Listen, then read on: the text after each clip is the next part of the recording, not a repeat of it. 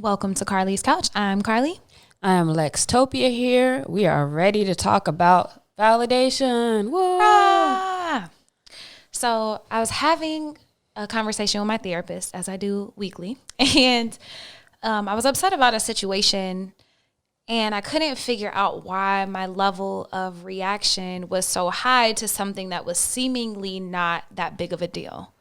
And Lex, has that ever happened to you? Like something, like somebody said something that wasn't really, like if you were looking at it from the outside, didn't really seem like a really big deal, or something that happened, but it affected you on a higher level? No? Okay.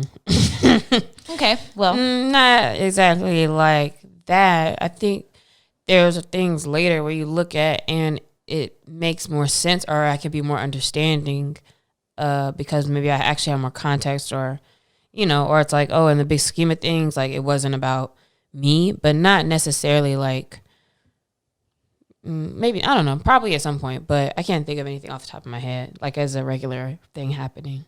yeah. And so maybe just me and whoever else out there is listening and it's like, yeah, that sounds like me. But it was not a big deal. Like it, and I'm not saying that to minimize my feelings. Like my feelings are valid, but the situation in which my feelings came about, like it wasn't equal. Like the scale was very much tipped towards my feelings being super high. And I was talking to him about that. And he was like, well, from the outside, it's like you, the other person, and the thing that happened. And he was like, what I'm hearing is that instead of you looking at this generally like, oh, this is just a miscommunication or a conflict or whatever happened, he's like, you're taking whatever happened between you all as an indictment on your worth and your value as a person or to that person, meaning that, if they said something hurtful, it's like, oh, well, they don't love me anymore, or I guess I'm worthless then. And so that's where my feelings were going. And so that conversation with my therapist kind of inspired this whole conversation about our worth and how do we define our own value and our own worth, and where does that come from? What are some things that affect that? And how can we improve like our own self-value and our own self-worth, and maybe take a look at where we're getting that from and just derive it from ourselves. So taking a step back from external validation and turning everything inward. And I definitely find myself attaching my worth to external factors. And I know that because, to the point of what you were asking earlier, I can't think of any specific ideas of like a conflict or like something that happened like that per se.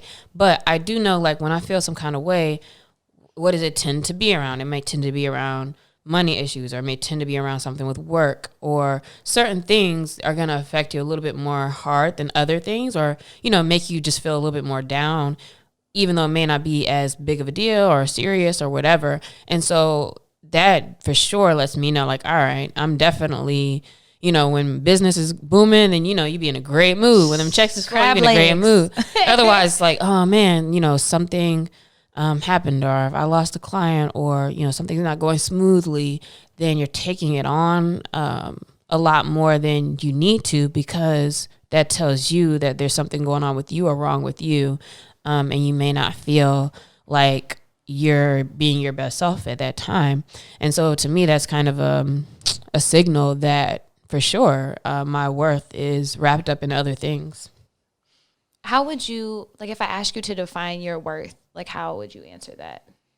So I would know that, things don't define my worth, and that, I'm awesome because I'm here and whatever else. But if I was keeping it real about like what my actions say about how I define my worth, I think it's by my ability to be free, which I would define as my ability to just do the things that I want to do, and my ability to perform and achieve in particular spaces, I would guess. So for me, I know that's kind of the spaces where I would, like, I know I feel good when these things can happen. I like that. And I like that you said, like, you would say this, oh, because I'm just a person and all these things. Yeah, that sounds cool. Yeah, like, it sounds cool. But look at your life and, like, see where that actually is. And that's even for someone who works in the self-love, mindfulness industry. I would say, your worth doesn't lie in what you do. It's in who you are. And nothing can change that. And it's like, yeah, you know that. But then it's wrapped up in how much you're getting paid and your ability, like your partner or the people in your life, or how much you can do for others. And so really pausing and taking a moment to look at your life and seeing where you actually hold that value. I would say mine is also in freedom. I think Alexia and I are kindred souls in that sense of being able to do whatever we want to do, when we want to do it, how we want to do it. And I would say mine is also in like how much I can help other people and build up my community and figure out what that looks like.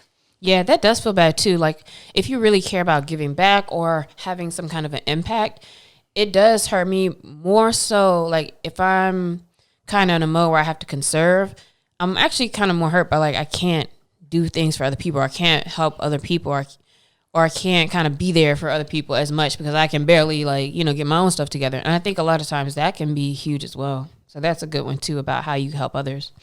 How can a person recognize what they're attaching their worth to? Like we kind of have some ideas about what we're connected to, but how do you think one can really analyze that and figure out like, what am I, attaching to my worth? I think a big one is looking at your triggers, like those moments where whether it be conflicts or whenever them checks ain't hitting right or whatever it is that like really wound you on what seems to be a deeper level than what other things normally would. Like things you might be more sensitive about. Like if someone, like for me, if somebody teasing about my forehead, like, oh man, but I know I have a big forehead, but it's an aesthetic example, but thinking about those things that you might take a little bit more personally than you would other things. Mm-hmm. Or situations or environments where you might not feel as comfortable. Like if you're at a social setting and you feel like, oh man, I don't have the same kind of job as these people, or I'm not doing at the same level or something like that too. Another way to realize what you're attaching your self-worth to is when people ask, hey, Carlie, how you doing? How's life been? Like, what are the first things you kind of say about yourself? Or if it's maybe a new person who's introducing or you're being introduced to, what are those first things you kind of say about yourself? And for me, I think it's not always like about work in general, but I'm gonna be like, yeah, work's cool. This is family good, whatever. And I think we kind of have those canned messages, but then B, like, even if you're meeting somebody, I feel like there's kind of a certain thing you go through. And I think that can be a big indicator of what's important to you. And I think that is a much more realistic view of your values and where your heart and intentions actually lie than if you were to sit there and just write them down. Dr. DeMartini, who's wonderful, but he talks about that's a great way to gauge what your actual values are versus what your perceived values or what you think you should be valuing is, he's like, parents are always going to talk about their kids. He's like, entrepreneurs are always going to talk about business. Travel people always talk about travel. He's like, look at what conversations you get lost in, and that's really where your value lies, whether you're consciously admitting it to yourself or not. Mm-hmm. And then we've alluded to this already, but when things are going bad in particular areas, sometimes it affects your well-being more than others. So maybe if, something's going on with your parents, or something's going on with your work, or something's going on with your money situation, or in your relationship, maybe if they like said something to you kind of funny and now, oh man, your whole week's messed up. Your worth may be attached to that relationship or what you think they think about you. So that's a good way too, just to think about, which things are you able to just be like, oh, whatever, like that happened, or you kind of move through them more quickly. Whereas other areas or other things, like it really sticks to you because it means something more to you. Yeah, none of these are bad or better than other ones, but this is just helping you as an individual look and see where your value lies and then on what type of external things you might be attaching your worth to. I think one of the biggest, most common ones is work and productivity. A lot of times if you don't get your to-do list done, or if you're like, oh man, I'm so lazy today. And it's like, bro, you had a hard week. You worked 80 hours and you sleeping. Like, let yourself rest. It's like, we so often in society, it's glamorized to be, team hustle, team no sleep, all those things that we don't subscribe to. But that is a big one, productivity. And we can attach achievement in general to our self-worth, because a lot of times we may grow up being a person who used to getting praised for like, you always do well. If you're a person who's used to doing pretty well with different things, or used to getting it very quickly or whatever, you kind of attach yourself to like, oh, I'm an achiever, like I got it, I can do well. And then so when sometimes you come across something, you're like, oh, I don't understand this, or I can't get it. Like it really can mess you up because you're just, very much attached to the idea that you're an achiever. Man, you had to call me out like that. Another one is social media getting on for validation. Like if your posts get a lot of likes or shares, or if your account is growing, and, you know, taking that stuff a little bit too personally. Like if you're getting a lot of praise for things that you're doing, or just how you appear to other people, and seeing what they, you know, give you some likes and some hand claps for. Relationship status is another big one. And I was just talking about this yesterday when I was watching Frasier, which I love. It's my favorite show. I'm watching the whole thing again for like the 5th time. But it's like every episode, you know, I noticed, and I was talking about like, yo, they really, all they care about is being in a relationship. Like the characters' whole lives are around like, oh, I don't have a date, or, you know, haven't dated in a while, or whatever. And it's like your self-worth can become attached to your ability to like have somebody around, or to have people interested in you, to have a title, a specific title. Like if this person's not your girlfriend or your wife, or, you know, certain things by a certain time, you feel some kind of way. And so all of that is an external validation also that we can attach to our self-worth. Like if our status isn't what we want it to be, we hate being single or whatever, then it's just like we're just not in a good space. Yeah, and I think that happens to women a lot specifically, and I can only speak from that vantage point because I am a woman. But I've done that in a group chat, like told them all the amazing stuff I was working on and like achieving and doing all this, and they were what like, they care about. They were like, okay, but who are you dating? And I was like, y'all are not just bringing me down to people that are in my life like that. Y'all suck. And it'd be like that in the South a lot too, because I recognize when I go back home to North Carolina, anytime I'm going back to like visit old people I used to work with, things like that, that tends to be the top question. Like for a woman is like, okay, like, are you dating? Are you thinking about getting married, having kids? And it's like, okay, I'm doing all these other things, but all right, that's what people care about, because maybe societal norms kind of lead them to feel like that's what gives a woman their worth if they're with somebody else, which is absolutely not it. Absolutely not it. And then another place where we can try to get external validation, and we sometimes place our self-worth, is in being needed. So you may have grown up feeling, you know, taking responsibility for other people, or feeling great when people show appreciation to how you're there, or you help them. And so you're kind of always looking for that appreciation you want to receive, or you want to feel like you're doing for other people, and that makes you feel good. Or maybe it's a way you avoid your own things that you should probably need to take care of. But either way, I think that's very easy to attach self-worth to that, to wanting to be needed by other people. And I would also say, if you're in that type of situation and you kind of feel like, man, why am I always in this situation? It's self-perpetuating. It's because you do find that as like a external validation factor. And so we discussed some of the most common ones. I'm sure there are other ones. If y'all know of any, feel free to hit us and let us know. Some we might have missed. But what is the result? Like, why does it matter if we attach our worth to things that are outside of us? Well, your mood and your I'm gonna say vibe, but like I know there's better vocabulary words than your vibes, but they're really affected more deeply. Like you're very much affected by external things happening, and sometimes things that are out of your control.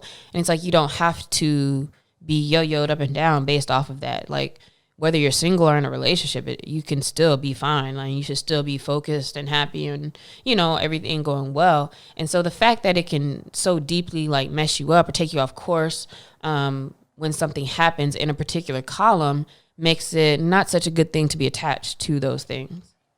Absolutely. I think another one is, and in that same vein, is like your happiness and your ability to feel good or to feel successful or to feel loved is dependent on things that you can't control, which inevitably is going to have you swaying in like a hurricane type wind situation. And so you can't allow your external things, because you'll never be able to control those. And that can cause you to have so many ups and downs. And it's stressful. Yeah, and it's all a recipe for just being more anxious, for being depressed at times, because you're kind of in a space where you are not feeling your own power and you're not feeling your own control. And again, allowing these external factors to affect you in that way kind of keeps you apart and keeps that chain broken of recognizing your self-worth in, you know, that you're here, being able to tap into that kind of energy that can keep you moving, keep you going, keep you focused, etc. Along the way. So if these things are like bad to attach to our self-worth, then like should we be attaching anything to our self-worth, or no? It's just it should just be a pure thing that we have to figure out how to keep everything away from it. That's what I was about to say. This reminds me of Michael Singer, the Untethered Soul. I was like, the book has a horse on it. It's blue. The Untethered That Soul. horse is on the beach. That horse is living his best. Every time I send that book, I'll be like, yo, ignore the cover, but it's good though. Because it looked like a romance novel or something. I'll be like, yo, ignore the cover. Ignore the cover. Read the book. I tried to send it to my bros, and they was like, Yeah, The Untethered Soul is delightful if you haven't read it read it. again. And I was about to say, I'm about to bust that ones. hoe out. It's one of them ones. But he talks about being the watcher. And what that means is like, something great can happen. Like you get that client that you've been working for at the and higher than the rate you ask them, and you feel like you on the moon, like high. And you see that and you allow yourself to feel it, but you kind of have a separation. Like you don't completely let it take you too high, because that same thing, let's say they drop you the next day for someone else, can take you so low. And so he encourages you to sit in the seat of the watcher, knowing that like your emotions happen, but they're not you. So you pretty much just allow everything that's going on around you. Like someone breaks up with you, someone talks to you crazy, you win the lottery, which would be amazing. But all these other things, they just kind of happen to you, but it is not define who you are. And I think that is a good vantage point to go from. So it's not to say that these things aren't important. It's not to say that you can't value them and they can't make you really excited or really hurt your feelings, because all of that can be true. It's just that making sure you don't become those emotions because of those things like that are attached to it. So what does define who you are, though? Is that something that we make up for ourselves? I mean, I have a yogi, we are all one answer. And then I have like my Carlie answer, my we are one answer is we're all one. We're all energy. We are all the universe. We're all made up of the same things. And so anything that we choose to define ourselves would be ego, or it would be trauma, or it would be something else. Because we're essentially everything and nothing. That's a very yoga answer. But my Carlie, we're all everything. Like we're all connected. Yeah, we're all connected. I always think about your highway like we're all on a thing together, just like on little belts. But my Carlie answer would be, you said how to define ourselves, or like what would that? Yeah. So how do we define ourselves? Or can we? I don't know. I don't have a good answer. I'm gonna have to think about that. Because now it's like, okay, we realize, the things that are important to us are the things that affect us most. And but if you strip those away, that's because, our self-worth is kind of tied into those things. So I'm just thinking like, okay, so what is my self-worth by itself? Like, not attached to anything. Or is it just that you can say, hey, my self-worth is in a place of peace and freedom and I was about to say, happiness, and just feeling you want to, I know the goal is you can feel those things at any point, but is it because we have our self-worth attached into different things that we don't tap into that? Or no, I think it's just knowing that you're inherently worthy right now as you are, without attachments to anything. Like anything else I do will never make me more or less worthy than I am now. And just resting in that. If you're religious, it's knowing that God created you worthy and that you'll always be worthy, and nothing can detract from that or add to it. Which, we be trying to do that though. But it reminds me of the story where the teacher like had a $20 bill and it's like, how much is it worth? $20. Crumble it up. How much is it worth? $20. Stomping it. $20. It's like, it's inherently just has worth regardless of what happens, if it's in a case, if it's crumply, if it's whatever. So I think we have value just because we have value. And anything that we try to define it with on the outside of us is us attaching to it things. It quantifies something that now it can move around on the scale. Yeah, when it's just here always. So what is the oh, my bad, we just talked about it. So how do we now, if we recognize, okay, we have some different things attached to our self-worth, how do we now go about stripping that or disconnecting our self-worth from those things? Because that sounds like it's a lot of things, and it's probably something that's an ongoing process of like, anytime you trigger now, it's like, oh yeah, that's that. And so it'll just constantly be recognizing it. Maybe that's just the first piece of it, but how can we disconnect? I think you mentioned the first part is like, just, this is a journey. I don't think there's ever an ending point. I think it's just something we work towards. But acknowledging that you actually are defining your worth and value by things that are on the outside of you. Like we all do it. Like none of us, even monks, like they'll talk, the people who sit and do mantras, all this stuff, like Jay Shetty talks about it a lot. We all do it. And so I think first acknowledging it, and then figuring out what those things are for you, like those really important things. If it's work, if it's family, if it's, your partner, whatever it is on the outside, and just giving yourself a moment for a pause. And to not have things, or and to not have your self-worth attached to external factors means space for validating yourself. Or I feel like maybe validating yourself is like what takes the space of that if you were doing that. And so I think maybe it's even an easier question to ask, like, how do you validate yourself? And I think a way that you validate yourself can be in, I don't want to say like affirmations in the way of like saying those words to yourself, but in being aware and catching like what you think, like, oh man, I should have sent that email, or oh, I took too much of a break, or, you know, that shows like kind of you feel bad on yourself because you attach your self-worth to productivity, for example. But you can validate yourself in those spaces like, you know what, I've been getting a lot done, or, you know, just switching the narratives for yourself in a way that literally validates yourself through words, I think is a way to do that when you do catch it. Yeah, I think that is the beautiful part. And I like the flip of the question is how can we validate ourselves? And that's a big one, is giving yourself more attention. We did an episode about spending more time like with yourself and being present. I think that that's huge. Like when you spend time with yourself, you know what it is that you want, you know what it is that you need, and then you can go give yourself that. And then that's validation in and of itself, that you're that in tune with yourself, that you know what you want and what you need, and you're working towards it. And on days when you need, and that when you're not, that's okay too, and it doesn't make you any less worthy. So noticing on those weeks where you might just not be focused and might not be feeling it, that you're still worthy, and like reminding yourself of that and loving on yourself like you would someone in your life if they were struggling with that. Yeah, you can see yourself more, you can hear yourself more, you can show yourself more love, and those tend to be some of the spaces where if you're kind of looking for an external validation, you can recognize that's what you're looking for, and that you can do that for yourself at that time also.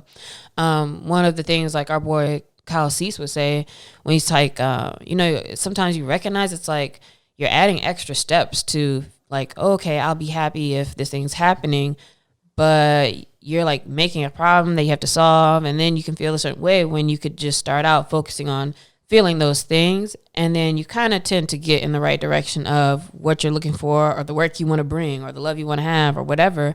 But you don't really have to have something in between you and those emotions, or you and you feeling good.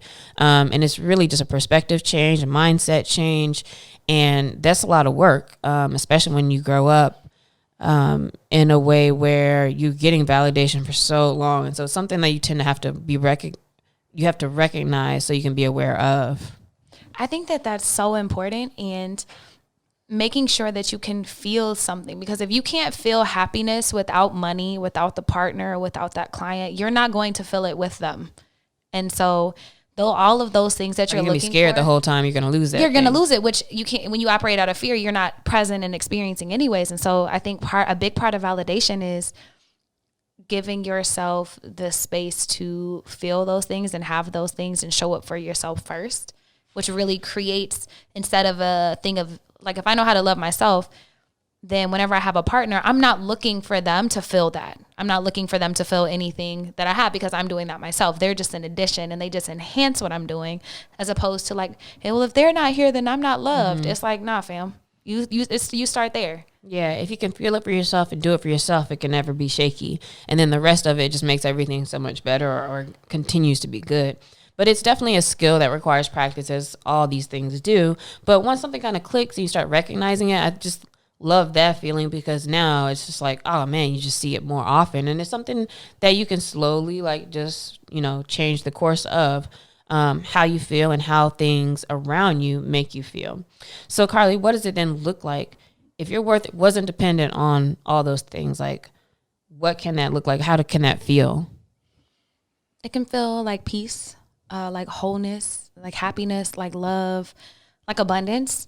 It's us feeling all of those things that we're looking for and trying to feel, or like, we talked about Kyle Cease earlier, like, man, whenever I get this thing, I'm going to be really happy. It's like, no, just feel that now. So it's allowing us to recognize what we have in the moment and be present. I think it feels like gratitude. How would you describe that? Or would you add anything? Well, like, instead of feeling like you need that thing or the relationship to feel worthy, because you already feel worthy of it, it allows you to actually enjoy those things. So I feel like you'd probably be in a space, a more level space of like joy, and just not feeling as up and down. Like I can definitely pinpoint, I think maybe time periods and stuff where it just feels like you're just so up and down. And it's like, all right, what am I, what is affecting me right now? What is the thing? And it's always, just something external. And so without that, I feel like it just feels more level. Like it feels more like you're just in the middle and you're not as affected by, everything around you. Man, McConaughey's book, Green Light. It was so good. But something that he said that really sticks with me, and I might have mentioned it before, but y'all gonna get it again, is less impressed and more involved. And so anytime that you are putting something on a pedestal, whether it be a person, a job, whatever, you're separating it from yourself. You're literally elevating it. And so anytime you find yourself doing that, take whatever it is off of it and just be more involved. If it's a person, be more involved. If it's, an industry or a job or whatever, be more involved and then take that away. And I think that speaks to what you're saying. It just allows you to be present and enjoy the moment. Just be less impressed and more involved. And listen to that book if you haven't yet. It's good. Yeah, because his voice is just so cool. Green light. So that is our episode today on recognizing your self-worth and not attaching it to external things. I think we all can recognize that we do that at some point or another. So this week, hit us up, carliescouch.com. Leave messages on the post. You can leave messages on YouTube, Instagram, Twitter. Everything is Carlie's Couch. And just let us know your thoughts on self-worth and how you can center that on yourself. And if you have any shout outs or any questions, comments, if you're trying to join us on the couch, leave us a voicemail. The number is on carliescouch.com. Yep. And this week I wanted to shout out one of my clients, Bronzeville audio series. And I want you to go to iTunes or wherever you're listening to this now. Oh, this is good for the ending. So after we do the question of the week, go look up Bronzeville and wherever you're streaming this podcast and subscribe. Also, season 2 is getting ready to start on the 16th of March. And it's been 84 years since the first season. Season 1 came out in 2017, but people are so hyped about it that they were literally like cussing them out on Facebook and social media, like, yo, when's the next season? And then COVID set them back a little bit as well. But the essence of Bronzeville is it was produced by Lorenz Tate, Lawrence Fishburne, has a huge cast. Season 2 has everybody from Mekhi Phifer to Kyla Pratt, Oba Babatunde, a bunch of other people. Malik Whitfield, a bunch of people. And it takes place in 1940s Bronzeville, which is Southside Chicago, which was a area and a community where the black folks there own their own theaters, own their own banks, own their own hospitals, was running what then became the Illinois State Lottery because they took it from the black people and made it a state instituted thing. And it's just kind of like gangsters playing the numbers and all these different things. It's like a drama. And they call it theater of the mind because the way they did all the sound production and the effects and everything like that, it feels like you're really watching a show. But it's an audio and it's a drama and it's a series. So I want you to subscribe to it because it's really good, and catch up and get ready for season 2. And then the question of the week is, what fictional place would you most like to go? For me, the answer to that is Narnia. When I was probably in high school. I was like, I would fake try to fall into the back of my closet and I ain't go nowhere. But that's what I would say for sure is Narnia. Man, Narnia was on my list, but I'm going to have to go with Hogwarts and like Harry Potter's whole world. I'm trying to drink some butterbeer. That is cool too. Yeah, I sit in the Great Hall and all that jazz. Yeah, I want to go to Universal Studios to go to Harry Potter World because I hadn't been yet. I don't even know if they're open now or not. When they open, we should go. Yeah, I don't know if the rides are open anymore. Actually, I feel like they probably are because didn't Disney World open up something crazy? Yeah, I can hold off. I'm about to say we can hold off, but I'm trying to go with you a minute. Yeah, that's something I want to do because they do have the butterbeer and all that stuff there too. Yo, I'm down. Let's go. So guys, let us know what non-fictional place you would most like to, or not non-fictional, what fictional place you would most like to go. And we hope you enjoyed this episode. We'll talk to you next week. Bye, y'all.